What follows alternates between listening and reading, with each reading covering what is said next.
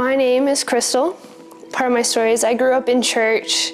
I was always involved in some part of the church, whether it was children's when I was growing up or once I got to youth. There was always a family member of mine who was involved.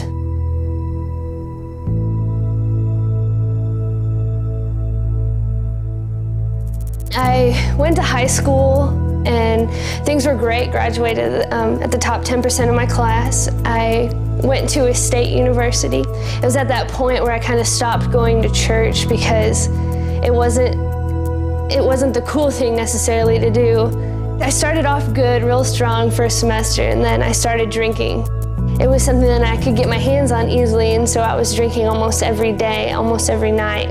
Before I knew it, I did not like the way that it felt, and so I was looking for bigger and better, greater things. So a friend of mine at school introduced me to marijuana, and then we started popping painkillers, and we started stealing them from people.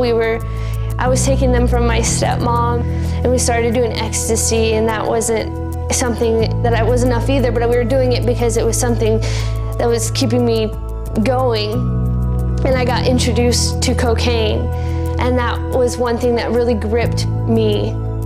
I eventually flunked out of school. I didn't make it, and the drugs were just taking a hold of me.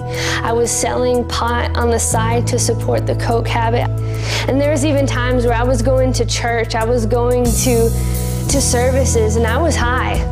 And I would just stand there while everybody else was going through the motions and reading their Bibles, and I was just there.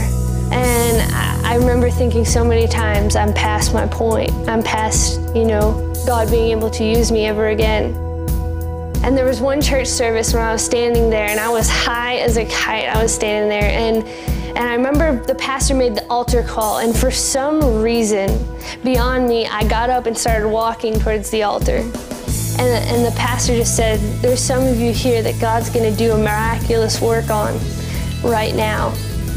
And he snapped his fingers, and it was at that point that I just felt a weight just slide off of my shoulders, just everything kind of just left.